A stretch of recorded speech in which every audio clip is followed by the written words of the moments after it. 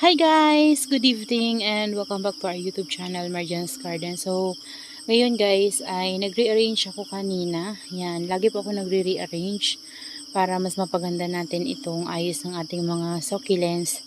So, medyo nagbago na naman ulit tayo guys ng arrangement. So, gabi ngayon guys, and papakita ko sa inyo yung look ng ating arrangement dito. Ayan, naka-grow light sila ngayon. Kaso isa lang yung binuksan ko. So, dalawa yan sila. Ayan.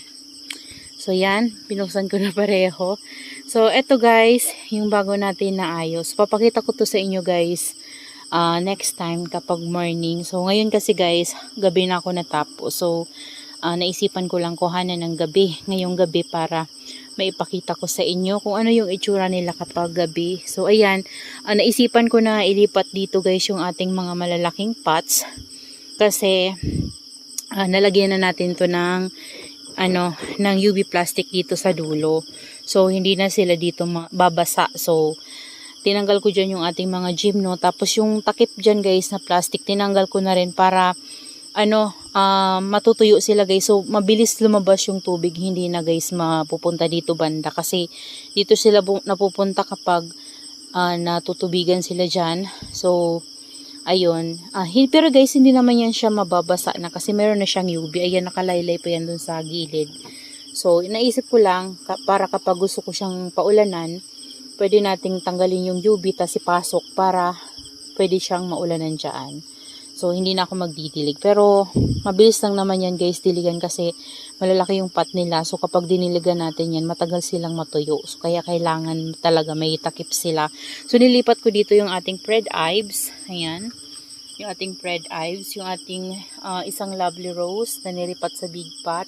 Tapos, yung ating Darly Sunshine at yung ating dalawang Dultana. Tapos, itong ating variegated staphyloides. Ayan. Tapos yung ating mga madiba guys na naripat na, nilagay ko dyan sa gilid. Ayan, sama-sama para magandang tingnan. So, uniform. And then, dun banda guys, dahil mayroong harang na dito banda, yung patungan natin dyan, nilagay ko na lang doon yung ating madiba na niripat sa parang palanggana. Ayan. Tapos, dito yung malalaking pot. Ayan. So, yun yung nakalagay dito banda guys. Ayan, so yung iba dito, wala nang laman kasi kinuha ko nga. So, yan. Malalagyan na lang natin to guys sa mga susunod kapag meron tayong mga iriripat or maitatanim na bago. Ayan, sa mga ganitong pot. So, marami ako guys iriripat na kailangan na ilipat sa ganito na pot.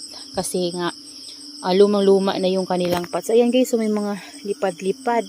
Ayan, dito naman banda guys, yung mga nilagay ko dito ay yung ating mga bagong iripat. Ayan, sa maliliit na pot. Ayan, so kagaya nito si Laura.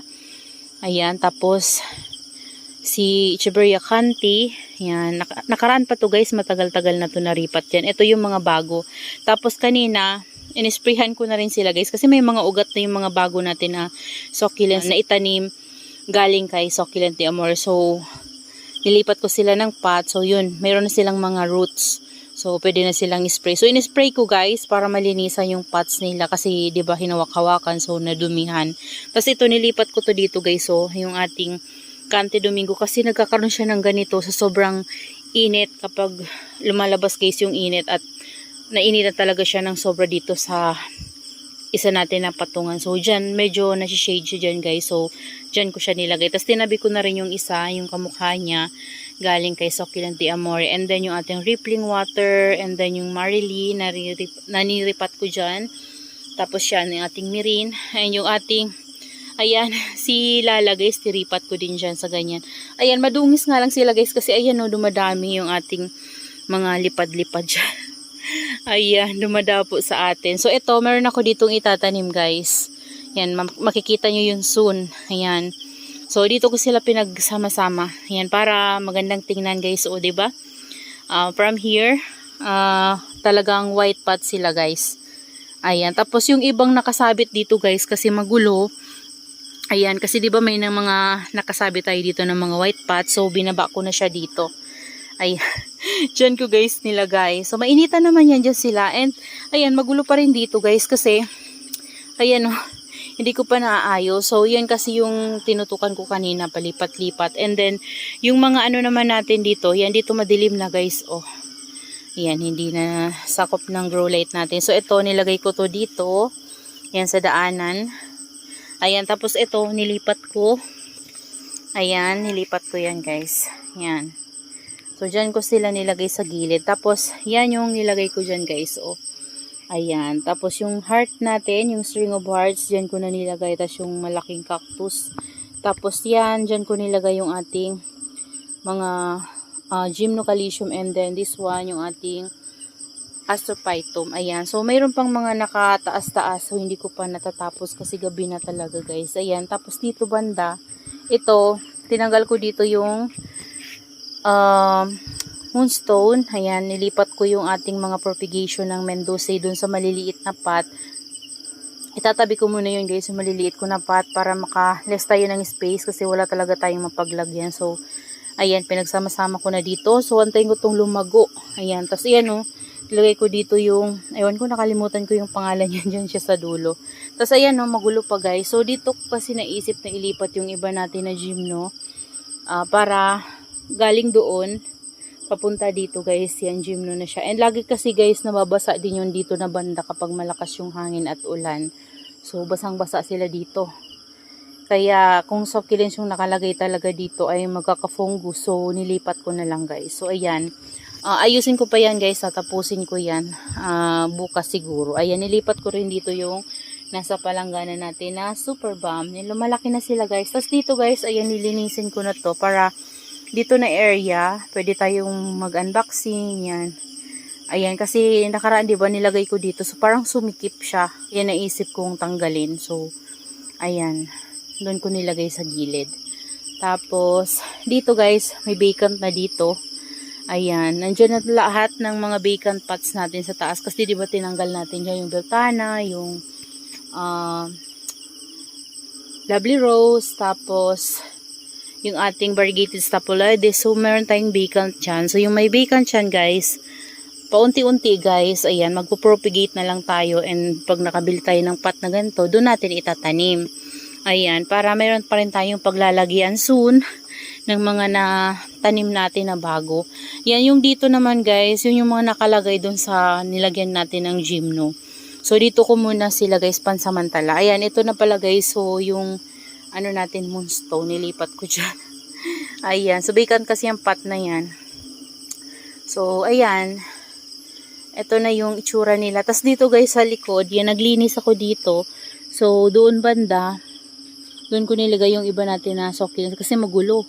Ayan, tapos binaba ko yung dito na nakapatong dati. Naglagay ako ng plastic. Yan yung plastic na nakalagay doon sa nilagyan natin ng mga madiba. So, nilagay ko dyan para hindi na tumubo yung damo. So, kapag mayroon pa ulit akong ganyan, lalagyan ko ulit dito guys sa kabilang to para hindi na guys ako bunot ng damo kasi talaga, ang bilis nilang tumubo.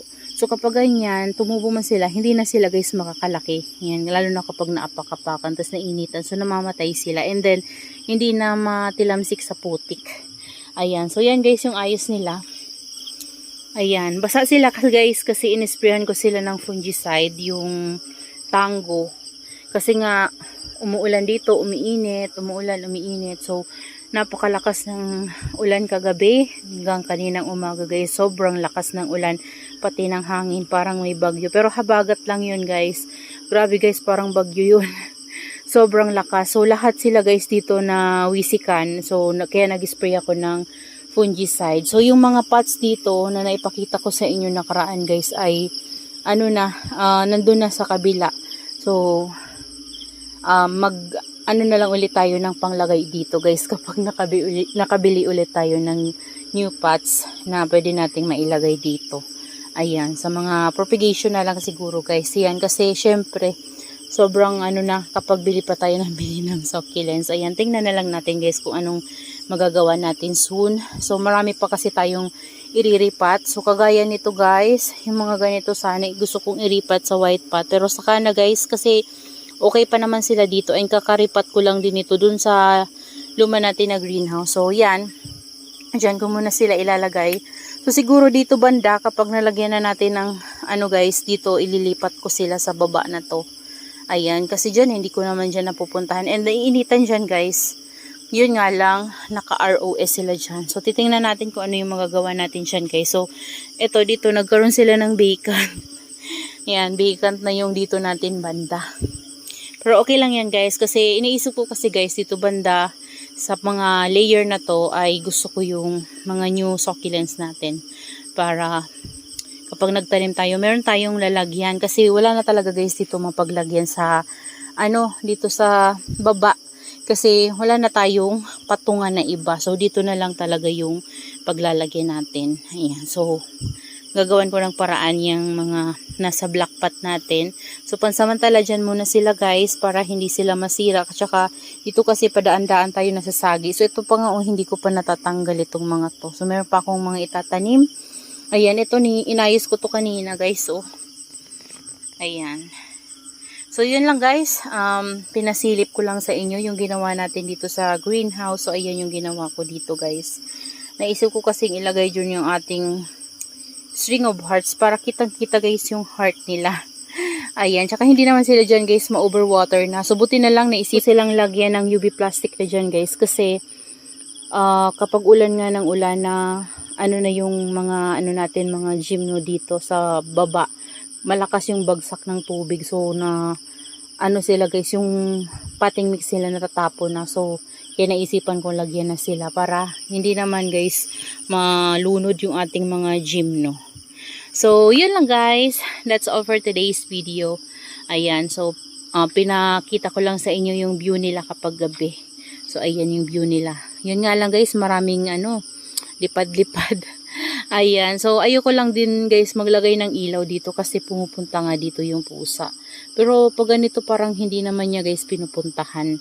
Yung ganito na light, hindi. Kasi makulay to. Pag nandun sa labas, nakita ko to dito guys. Color pink yung color ng ating greenhouse. Ayan. That's all for today. Ayan. See you on my next vlog. Happy gardening everyone. Bye-bye. So, gabi na tayo guys. Overtime na to. Ayan. So, yan yung ayos nila.